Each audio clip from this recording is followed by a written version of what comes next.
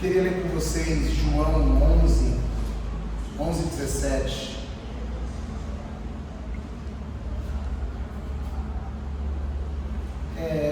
Não pode ser no 10, o texto é tão bom que maravilhosamente lê tudo. 11:10. 11:11, vai. Melhor. Depois de dizer isso, Jesus acrescentou: nosso amigo Lázaro adormeceu, mas vou acordá-lo. Senhor, responderam os discípulos, se ele adormeceu, vai melhorar. Eu acho engraçado essas coisas. A Bíblia é muito legal. Se a gente olhar com humor, é engraçado. Jesus faz uma metáfora, né? A gente podia chamar de uma metáfora, mas que tem significado profundo. Ele diz: Lázaro adormeceu, mas eu vou acordá-lo. Aí o pessoal inteligente vai lá para Jesus e fala assim: Senhor, se ele só está dormindo, ele acorda sozinho. Senhor, se ele se adormecer, ele vai melhorar, vai dar tudo certo, ele acorda, tá bom? Não sei se o senhor sabe, as pessoas dormem e acordam. Mas eles pensavam, o João explica, que ele se referia ao sono comum. Mas Jesus, na verdade, falava da morte dele. Então Jesus disse claramente: Lázaro morreu, mas estou feliz por não ter estado lá com ele. Lázaro morreu, mas eu estou feliz por não ter estado lá com ele, para o benefício de vocês. Isso ajudará a fé de vocês. Mas agora vamos até ele. Tomé, também conhecido por Gêmeo, ou Didi, Tomé é o Didi mesmo, falou com os outros discípulos. Vamos também, disse Tomé. Se é para ser assim, morreremos com ele. Porque o pessoal lá dessa região estava com raiva de Jesus, os discípulos, e estava ameaçando matar todo mundo, e Tomé fala: tá bom, a gente vai. Já que ele gosta desse negócio, gosta de problema. Se o rapaz está morto, que ele morra, já que todo mundo morre. Agora a gente tem que se comprometer indo para lá, né? Tá bom, a gente morre. É legal essa coisa do discípulo, porque reclama, mas vai, reclama, mas vai atrás. Não, Jesus está falando isso aqui, mas eu vou. Aí eles vão. Então, quando Jesus chegou, soube que Lázaro já estava na sepultura havia 4 dias. 4 dias. Vocês sabem que isso é uma referência importante, porque eles tinham uma tradição que era: até 3 dias a pessoa pode levantar. Então, 4 dias atestado na morte. Então, assim, essa informação de 4 dias é importantíssima. Você já viu aquelas histórias de pessoa que acorda, está no caixão e acorda, né? Então, 3 dias você espera, no 4º dia já é garantido que a pessoa morreu. Betânia ficava perto de Jerusalém, a cerca de 3 quilômetros. Muitos habitantes da Judéia tinham ido visitar Marta e Maria para consolá-las pela perda do irmão.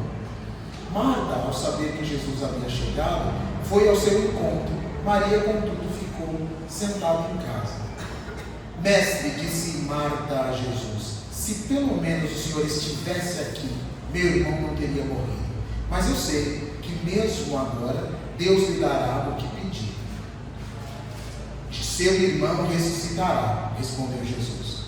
Eu sei que ele vai ressuscitar, disse Marta, na ressurreição do último dia. Eu sou a ressurreição e a vida, respondeu Jesus. Todo aquele que crê em mim viverá, e ainda que esteja morto. E todo aquele que vive e crê em mim jamais morrerá. Você crê nisso? Sim, mestre.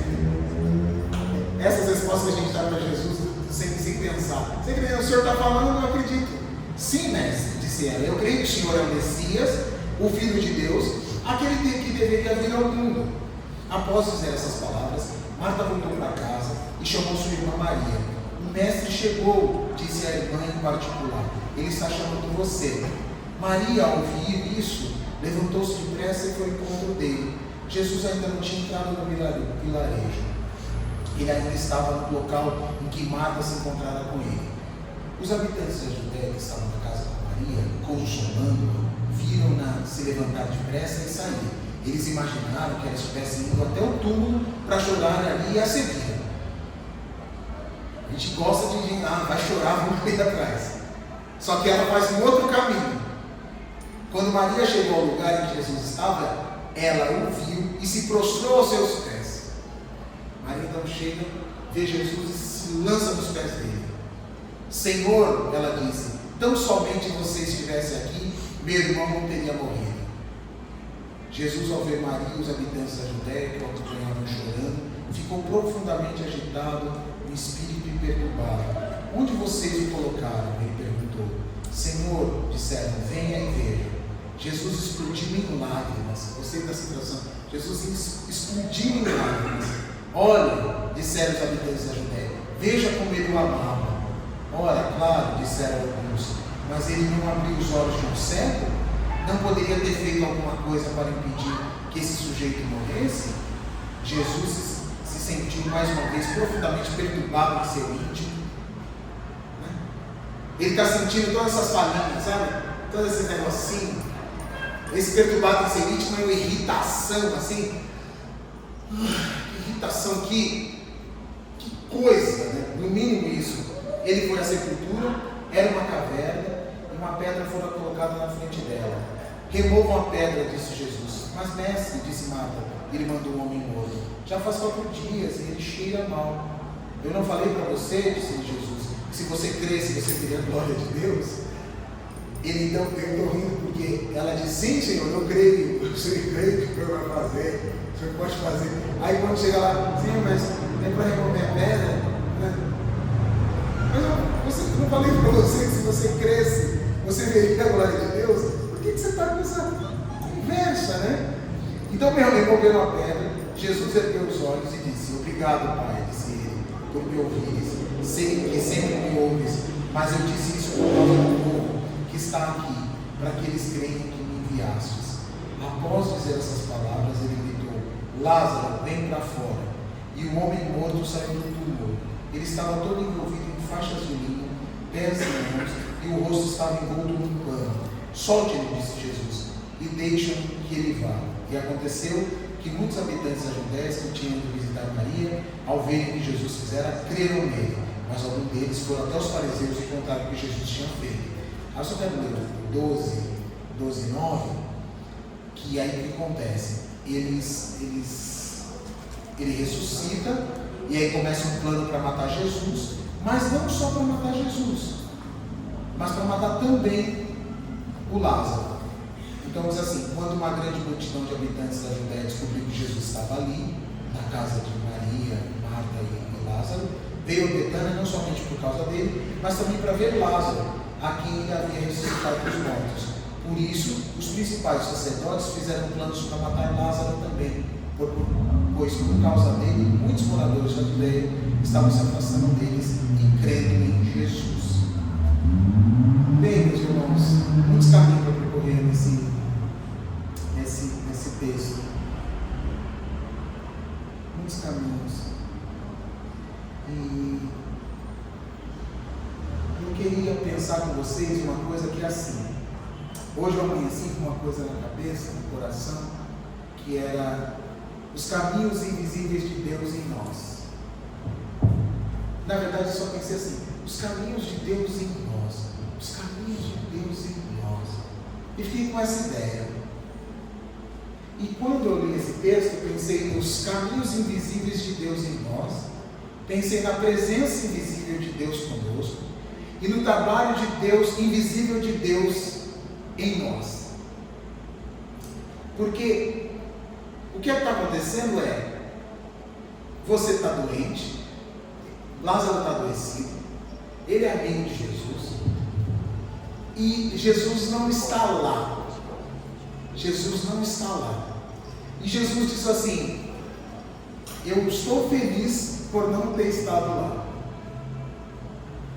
Então, eu queria trabalhar com essa frase, que é, se você estivesse aqui, a fala das duas irmãs.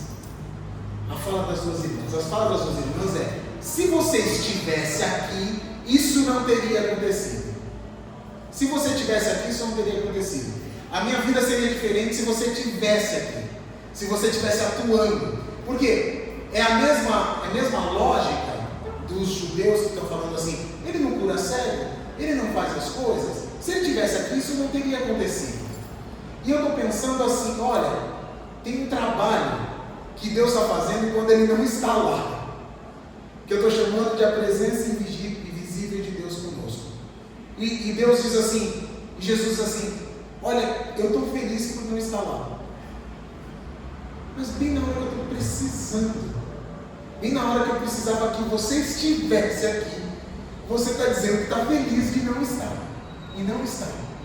E eu comecei a pensar, meus irmãos, como é que esse trabalho de Deus em nós, nessa presença invisível, nesses processos que a gente vive e que a gente tem a sensação, mais que a sensação, a certeza de que não tem uma presença atuante ali fazendo a transformação na hora que a gente quer. E não é só uma questão de capricho, na hora que a gente precisa mesmo. Eu fiquei imaginando o Lázaro pensando assim, puxa vida, Jesus podia estar aqui, eu não dei sorte, logo nessa semana Jesus não passou por aqui, rapaz, eu fiquei doente mortalmente, porque hoje a gente tem glicerina, né? A gente tem um remedinho para ir aguentando, não tinha, quer dizer, tinha alguns, mas no caso dele, as coisas não tinham resolvido. Então, eu fiquei imaginando, meus irmãos, como que essa sensação de falar assim, eu conheço alguém que é capaz de curar, mas a pessoa não está aqui. Eu tenho um amigo que é capaz de curar, mas a pessoa não está aqui. A pessoa não está presente. A pessoa não está atuando. A pessoa mandar um recado para ele e ele está demorando para vir. Essa espera. E eu fiquei pensando, como é que são esses caminhos invisíveis de Deus em nós? A presença de Deus conosco, o trabalho que Deus está fazendo à distância. Que trabalho que Deus está fazendo quando Deus não está resolvendo ou atuando diretamente na nossa maior dor e necessidade? Porque um dos problemas que a gente tem em relação a Deus é que a gente diz assim, a minha fé está abalada. Por quê? Porque eu tinha uma expectativa que Deus atuasse agora, que Deus viesse agora, que Deus fizesse agora. Então, é uma relação que a gente pode dizer assim, olha, vou percorrer um caminho aqui, tá? Marta, quando diz a ele, veja, Marta quando diz a ele, vai até ele e diz assim, olha, se pelo menos o Senhor estivesse aqui, meu irmão não teria morrido. Obviamente isso é uma reclamação. Se pelo menos o Senhor estivesse aqui, meu irmão não teria morrido. Mas eu sei, ela começa a acrescentar, mas eu sei que mesmo agora, Deus lhe dará o que lhe pedir. E sabe esse caminho? Vamos mudar. Sabe esse caminho de fé? Esse caminho de fé num Deus interventor que está sempre intervindo na vida da gente aqui. E é mais que isso. Sabe aquela ideia de Senhor, eu estou te servindo? Marta é aquela que serve, lembra? Marta é aquela que serve. Senhor, eu estou te servindo. Senhor, eu estou fazendo a sua vontade. O Senhor está aqui, eu estou te servindo, eu estou te fazendo as coisas. E aí ela chega e diz assim, se você estivesse aqui, isso não teria acontecido. E ela acrescenta, mas eu sei que você pode fazer. Faz aí alguma coisa. Porque é esse tipo de fé que diz assim, eu continuo confiando no Senhor. Faz aqui alguma coisa. Você vai fazer alguma coisa, você tem que fazer alguma coisa. E aí, ele diz, eu vou fazer. Eu vou ressuscitar seu irmão. Aí ela diz, olha que loucura. Olha a loucura e veja se não são os caminhos que a gente faz. A gente faz essas declarações de fé que são quase declarações de raiva. Sabe assim? Primeiro diz assim, se o Senhor tivesse intervido na minha vida, eu não estaria passando por isso. Mas o Senhor não estava aqui. Mas eu sei que o Senhor pode fazer alguma coisa. Mas ela não está dizendo que Ele pode fazer alguma coisa agora. É como se ela dissesse, você poderia fazer, mas você não fez. Então é uma relação brigada com Deus. É uma relação brigada. O Senhor poderia fazer e não fez. Aí ele diz, não, eu vou ressuscitar seu irmão. Aí ela vai para aquela fé crente. Qual que é a fé? A fé do dogma, que diz, sim, o Senhor ressuscitará no último dia. uma fé de gente decepcionada com Deus. Uma fé que, sabe, fé eu sei, sim, haverá ressurreição no último dia. Não, estou falando que vou ressuscitar seu irmão. Haverá, eu nem quero mais que ressuscite meu irmão. Eu já estou com raiva de você. Eu só quero ressuscitar. A minha raiva do Senhor não está aqui quando eu precisar do Senhor.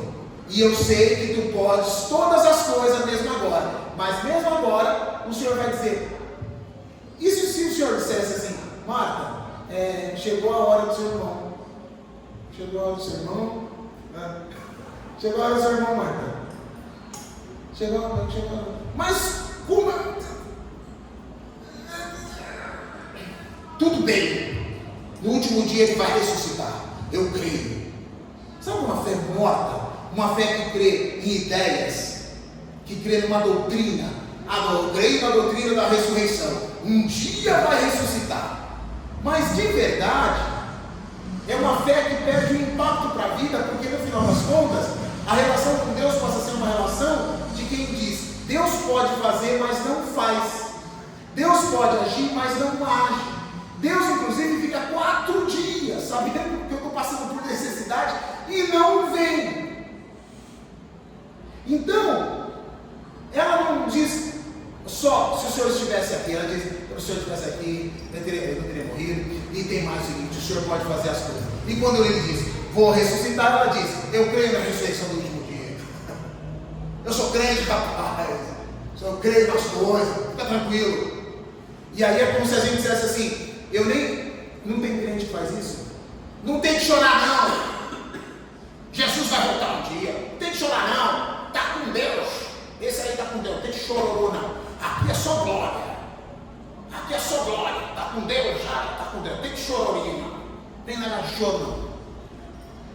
Eu não quero viver a dor. Eu estou sofrendo porque eu tive uma perda. E mais que eu tive uma perda, eu tinha um Deus que eu cuidava todo dia. Deus fazia café para ele. Jesus estava na minha sala e fazia café para ele, cuidava dele. Estava em Betânia, era na minha casa. Não pode passar por Betânia. Quem hospeda Jesus aqui? Sou eu. Quem tem servido Jesus há tanto tempo? Eu. Quem tem feito o cafezinho que ele gosta? Eu. Quem faz o bolo de fubá que ele adora? Eu. Mas na hora que eu preciso, ele está aí curando o cego para um lado, curando o manco para o outro. E meu irmão aqui doente, de uma gripe, morreu aí com pneumonia. Ele cura tanta coisa, gente. Isso ele não fez por mim. Mas, tá tudo bem. Eu sou crente. Eu continuo crente. Inclusive, acredito na ressurreição do último dia. Jesus responde para ela: eu sou a ressurreição da vida.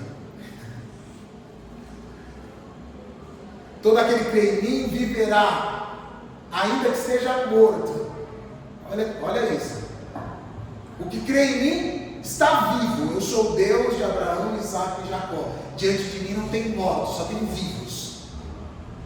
Todo aquele que crê em mim viverá, ainda que seja morto. Mas meu irmão não vai voltar aqui só no último dia. Todo crente, seu irmão está vivo. E todo aquele que vive e crê em mim jamais morrerá. Ele está dizendo que tem um estado que a gente passa da morte para a vida, que é, a gente pode até, nós teremos a cessação dos nossos dias, mas a morte vai nos encontrar vivos. Eu estou vivo, não estou morto. Quem crê em mim está vivo. Você crê nisso? Aí ela faz mais uma declaração crente, uma confissão crente, que é uma confissão de fé dogmática, que diz: sim, mestre, eu creio que o Senhor é o Messias, o Filho de Deus, aquele que deveria vir ao mundo. Não estou te perguntando isso não foi a pergunta. A pergunta é: você crê que quem está morto e crê em mim não está morto? E que quem crê em mim estando morto viverá? E que ninguém morre para mim? Você crê nesse negócio? Eu creio que você é o Messias. Você está falando. O Jesus está falando, a gente acredita. O Jesus está falando, ele falou, então a gente acredita. Então, esse é um tipo de espiritualidade que sofre, eu diria que a gente, todos nós temos um pouco dela, que sofre dessa ideia que é: olha, Deus é todo poderoso, só que Ele não intervém na hora que precisa. Bem na hora que preciso, Ele não intervém. Ele não intervém. E não adianta me vir falar logo se é ressurreição e a vida, porque meu irmão está morto. E aí a sequência disso é, quando ele diz, vamos lá, vou terminar a historinha da Marta, vamos lá. Aí ela diz, mas já faz 4 dias, está fedendo, já cheira mal. Ela está dizendo, veja gente, eu vou me acompanha aqui. O ressentimento é isso. Ela nem quer mais lidar com o irmão. Ela só quer lidar com a dor dela. Eu já estou com raiva de você que você não curou, meu irmão, quando estava tempo. Agora, já morreu. Já morreu, deixa lá, está morto mesmo. Eu estou dizendo que ele vai viver, viu? Não é porque você está falando não, Marco. É porque eu tenho compromisso com ele. Eu tenho compromisso com Lázaro. E eu tenho compromisso com glorificar o meu Pai. E ela não está nem preocupada mais com o irmão, porque ela diz, eu não quero lidar mais com esse corpo que agora cheira mal. Então a questão dela nem é mais o irmão. Percebe que a gente vai vivendo uma coisa que a gente diz assim, o problema foi aquela perda que eu tive. O problema foi aquela perda que eu tive. Mas passa um tempo, o problema nem mais a perda. Se te der isso de novo, está tudo bem? Não, meu coração é minha raiva mesmo. É que foi muito ruim perder na hora, e eu quero ficar com a minha raiva, cultivando a minha raiva aqui, o meu ressentimento nesse negócio. Porque quando ele diz, vamos lá, ela diz, não, já cheira mal, não vale a pena. Então esse é um tipo de espiritualidade muito comum, que eu diria assim, a gente tem um monte de gente nas igrejas, um monte de gente, e tem a gente também, o nosso coração é tomado por isso muitas vezes, que está sempre lidando com essa questão, que é, o que eu mais precisava, Deus não fez, mas o certo é Deus, o certo é Jesus, para onde eu vou? Não vou para lugar nenhum, vou continuar aqui mesmo, com raiva mesmo, e não estou nem aí. E aí a força da ressurreição, a força da vida se perde. Então é um tipo de espiritualidade que repete, que na verdade fica presa no ressentimento, e nunca experimenta, e nunca quer experimentar a força da ressurreição da vida. Aí tem Maria, diferente dela, veja, Marta era a pessoa que ficava em casa. Quando o irmão dela morre, e Jesus está chegando, ela vai lá fora. Perdão, irmã Marta, ficar te criticando. Mas ela já corre. Vou lá, eu quero reclamar lá de fora. Maria fica na dela. E é engraçado porque é impressionante como a gente pode dizer a mesma coisa, mas a mesma coisa ter sentidos diferentes, porque não é o que se diz, é da onde do coração está surgindo aquilo. Veja, Maria chega e diz, chegou ao lugar onde Jesus estava e se prostrou aos seus pés. Olha a diferença. Ela vem e se joga. Oh Jesus, que bom te ver. Posição de adoração, que é o que ela vai fazer depois.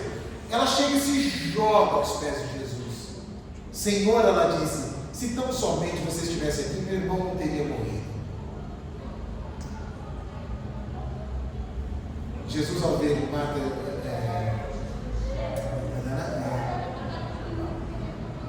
aí Jesus acolhe. Aí, Jesus, ao ver Maria e os habitantes da Judéia que acompanhavam chorando, ficou profundamente agitado no espírito e perturbado. Onde colocaram? Ele perguntou. Senhor, disseram, vem e veja. Jesus explodiu em lágrimas. Olha a diferença. Eu queria, se vocês me permitissem, pensar essa espiritualidade de Maria. Porque ela está dizendo, aparentemente, a mesma coisa que a irmã, mas ela está dizendo de outro lugar. Porque a resposta de Jesus é outra. É como se ela dissesse assim, puxa Jesus, se você estivesse aqui, ele não teria morrido. Mas como se dissesse, mas está tudo bem. Que bom que o Senhor está agora. Que Que bom que o senhor chegou. Eu não sei. Marta segue dizendo: o senhor pode fazer alguma coisa ainda agora. O senhor sabe, você é poderoso para fazer um monte de coisa. Então, vê se usa o seu poder, por favor. Maria, é como se ela dissesse assim: que bom que você chegou, Jesus. Que bom. Olha, se você estivesse aqui, ele não teria morrido, porque eu sei da sua bondade, e eu sei que você cuidaria dele. Mas, que bom que o senhor está aqui, agora. Que bom que o senhor está presente agora. Que bom que o senhor está presente depois que morreu. Que bom que o senhor está aqui. Que bom, Jesus. Que bom te ver. Sabe, a gente está ali, é como se dissesse assim: a pessoa podia até, se a gente pensa, puxa, a pessoa podia ter feito alguma coisa antes, mas ela chega e você fala, não sei se você já passaram no velório, mas a pessoa chega e você fala assim: puxa, obrigado. Quando meu pai faleceu, eu lembro que eu sou grato a algumas pessoas até hoje, porque é tão importante no velório, gente, tão importante, das pessoas que você conhece, porque assim, meu, que bom te ver, que bom que você está aqui, que bom que você está aqui agora. Então, Maria é de outra espiritualidade, ela é de uma espiritualidade que diz assim: que bom. Eu escuto Maria como se fosse assim, ó, se eu menos você estivesse aqui, a gente viveria esse luto juntos. Se não tivesse cura, a gente sofreria dor. E você veria seu amigo pela última vez. Ele queria tanto te ver, Jesus. Ele queria ver o Senhor pela última vez. Seria tão bom ele ter morrido e te visto. Ela não está demandando do tipo: olha, você ainda pode fazer alguma coisa, estou aqui, fique a meu serviço, porque vou brincar com você. Se eu te sirvo, o Senhor tem que me servir também. Ela não, ela só está sofrendo agora. E parece que é tão verdadeiro isso que eu estou dizendo, que o que acontece é que a reação de Jesus não é a reação que ele teve com Marta. Ele não diz: Maria, se creres, verás a glória de Deus, Maria. Porque a Maria sabe do Senhor, ela sabe do amor do Senhor, ela sabe que Jesus ama, ela sabe que tem circunstâncias da vida que a gente vai passar, ela sabe que a gente vai passar dores, mas ela sabe da ressurreição dos últimos dias, porque ela vive de modo ressuscitado. Então ela está sofrendo a dor. É engraçado porque quanto mais você tem esperança de verdade, não uma esperança dogmática, mais você vive a dor de verdade. As pessoas gostam de dizer, eu não gosto de perguntar assim, que Jesus chorou pela incredulidade. Não, Jesus chorou porque ele estava encontrando uma amiga querida dele. Jesus chorou porque o amigo dele tinha morrido. E ele, estou triste porque a morte é triste, porque a morte é ruim. Ele explodiu em lágrimas.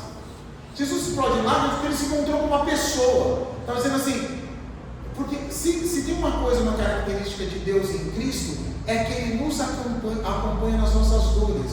Ele é aquele que veio, o Deus conosco, que visita a viúva, o pobre, o necessitado. Ele está conosco. Eis que estou contrito e abatido de coração. Esse é o lugar que eu habito. Onde eu habito? O contrito e o abatido de coração. Esse é o lugar que eu habito. Então assim, se ele habita com contrito de coração, ele não pode dizer, fica calma, eu sou Deus. Fica calma, não chora, em nome de Jesus, cala-te, que eu farei milagre agora. Com a Marta ele está dizendo, Marta, você não está entendendo, seu irmão sequer está morto, porque para Deus não existe morto. Para Maria ele não precisa disso. Maria é de outra espiritualidade. Maria é de uma espiritualidade que diz assim, que bom que Jesus está aqui. Olha, eu não sei pelo que eu estou passando, eu não sei se a morte já veio, eu não sei, mas é bom que Jesus esteja. Eu tenho uma compreensão de o amor de Deus. É tão absoluto que seria ótimo que ele tivesse antes. Mas ele só pode chegar agora. Então, que bom que você está aqui, Jesus. E aí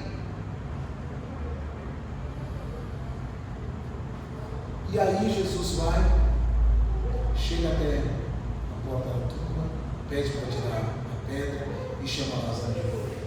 E Lázaro ressuscita. E o que eu queria dizer mais para vocês nisso aqui é que essa coisa dos caminhos de Deus na gente, a presença visível de Deus conosco, o trabalho invisível que Deus está fazendo em cada um de nós, é aquele que deixa com que processos aconteçam na nossa vida, para que a presença dele traga, deixa eu colocar aqui de modo claro, coisas nas nossas vidas precisam morrer para outras nascerem, para a ressurreição acontecer. Às vezes a gente fica agoniado com uma coisa dizendo assim, não, isso aqui tem que resolver agora, calma. A ressurreição já vem. Eu sou a ressurreição da vida, calma. Não tem que resolver, e Jesus tem que atuar nisso agora. Não, ele está deixando morrer primeiro. Aliás, dormir. Porque o estado de sono é um estado onde a gente tem pesadelos, lida com todas as nossas sombras, dores, mas também tem sonhos. Esses estados de sono, as pessoas que têm experiência com algum tipo de droga, dessas de anestesia mesmo, nós temos sensação, eu fui para um estado ali que, olha, me fez ver umas coisas. Eu estava me lembrando do meu pai, e eu falei, nossa, meu pai, quando ele está quase morrendo, que ele tomou os tiros e tal, e ele diz assim, se o Senhor é o Senhor que ressuscitou Lázaro, me ressuscita também. E ele fica de pé. Mas alguma coisa precisava morrer. E eu achei interessante porque ele não diz assim, ele diz, ele não diz de Jesus, olha que interessante. Ele não diz, você que é o poderoso que ressuscitou, se você é o Filho de Deus que ressuscitou, me ressuscita. Ele diz, se você foi misericordioso com esse pecador como é Lázaro, seja comigo também. É interessante, né? Porque a gente podia apelar para a ressurreição de Jesus, mas ele apela para a ressurreição de Lázaro. Eu sou parecido com Lázaro, muito mais com Lázaro do que com Jesus. Se o Senhor fez isso com ele, faz isso comigo também, Jesus. Tem misericórdia de mim também. E ele levanta. Então, o que eu estou chamando desses caminhos invisíveis de Deus em nós, da presença invisível de Deus conosco, do trabalho invisível que Deus vai fazendo com a gente? Algumas coisas a gente precisam mesmo morrer. Precisam. E é esse precisam que a gente não entende. Porque é como se Deus dissesse, esse processo é necessário. Vai ser necessário. Esse processo é necessário. Mas espera, eu estou chegando. E virá a ressurreição. O que eu queria pensar com vocês é assim, é que Deus, meus irmãos, Ele está atuando na nossa vida sempre, não só quando a gente tem respostas para as nossas demandas, sempre. Eu vinha pensando que assim, eu dou graças a Deus por todos os lutos pelos quais passei, graças a Deus. É como se eu dissesse a vocês, eu vim fazendo essa oração. Hoje à tarde, com a Débora, a gente conversando, e eu fiz essa oração. Que é, eu não mudaria nada do que aconteceu na minha vida. Nada. Deus está trabalhando em tudo. Não daria nada. Não, Deus estava trabalhando. Deus não está presente, é o trabalho de Deus.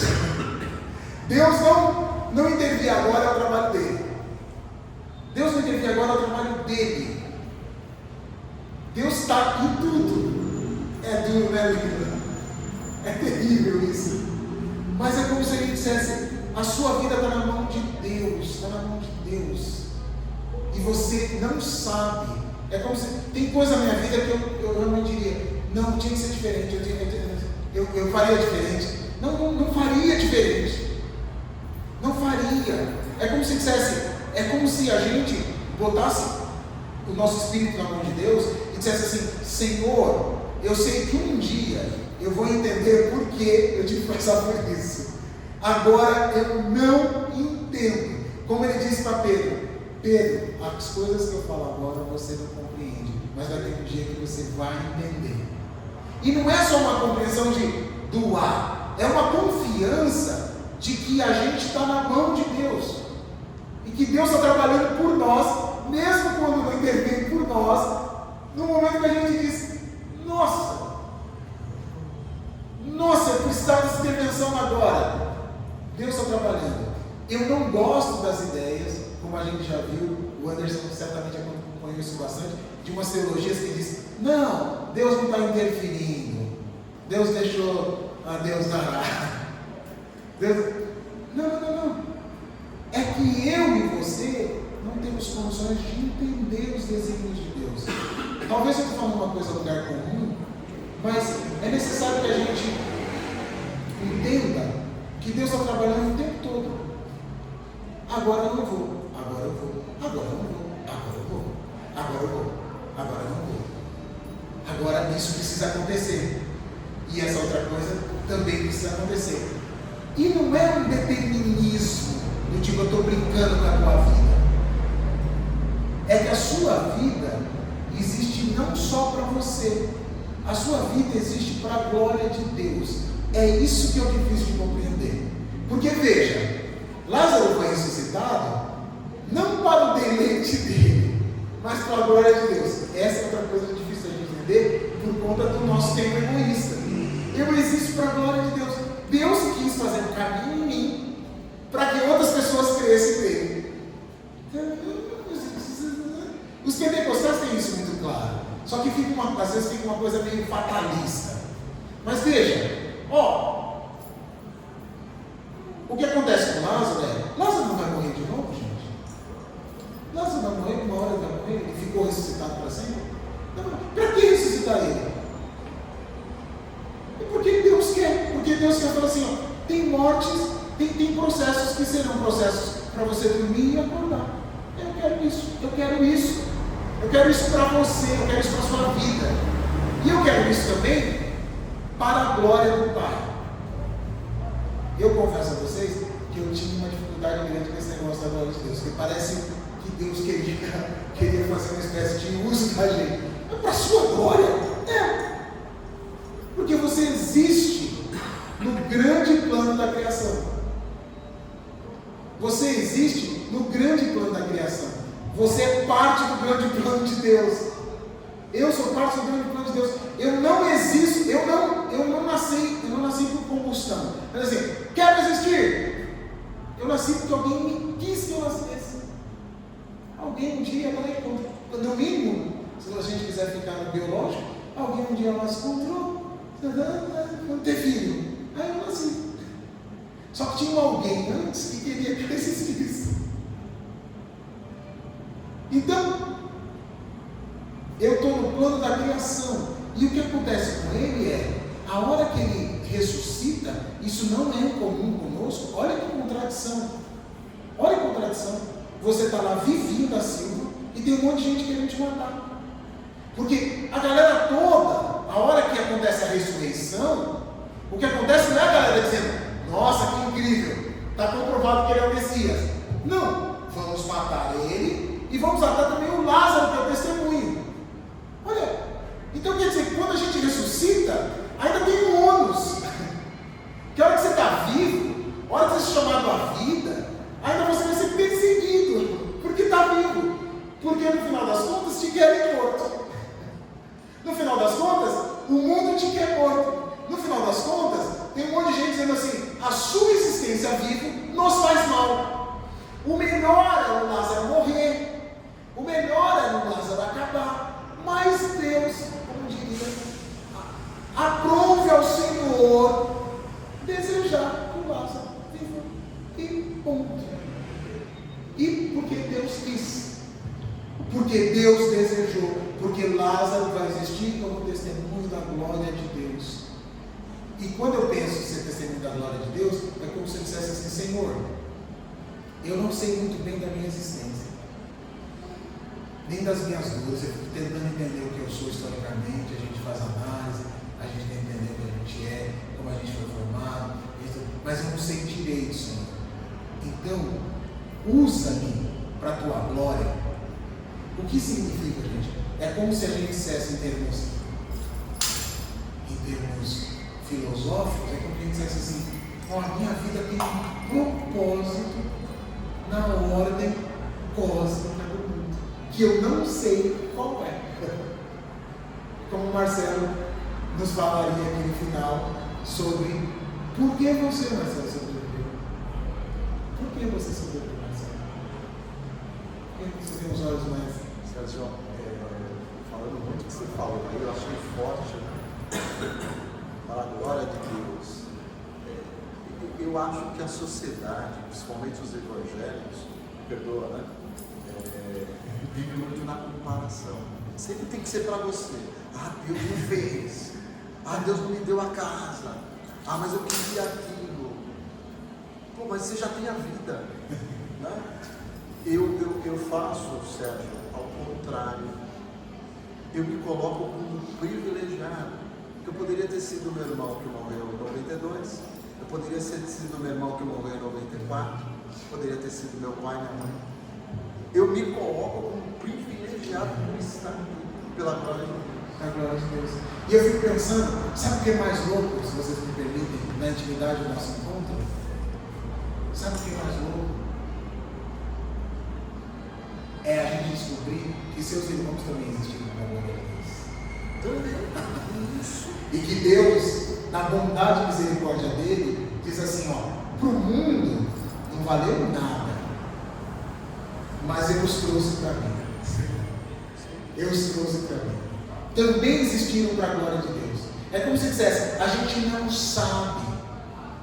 A gente não sabe. E a gente sabe sim das injustiças do mundo, tanto que a terra clama pelo sangue de Abel pedindo justiça. Mas Deus está fazendo o trabalho dele. Então assim, Deus está fazendo um trabalho invisível, mesmo quando a gente não tem resposta às nossas demandas específicas. Porque você está num grande plano da criação, um grande plano da glória de Deus existindo nele. Então, meus irmãos, eu acho que, para tentar resumir, a gente tem espécie de duas espiritualidades. Uma de Marta, que quer eu te sirvo, portanto você deve me servir.